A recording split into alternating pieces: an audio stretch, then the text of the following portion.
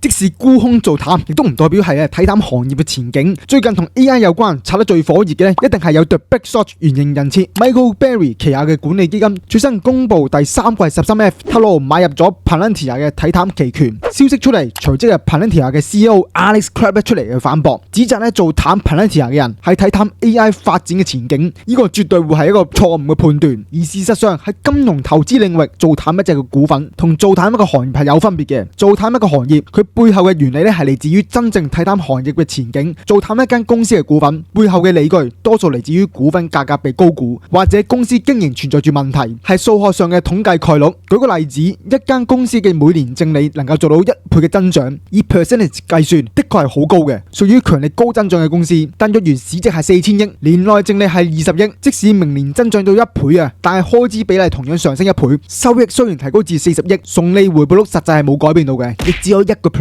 從數學嘅邏輯去解釋，一間公司嘅投資價值遠不及一間100億市值，但係年內淨利5億嘅高。投資唔係情緒勒索，更加唔係感情遊戲，而係純數學計算，依靠住加大開支嚟提高盈利基礎，造成盈利倍增嘅效果呢，呢個只係基數擴大，而唔係真正咁嘅盈利提升，只係睇營收嘅百分比，會存在住誤導嘅價值，同行業前景完全無關。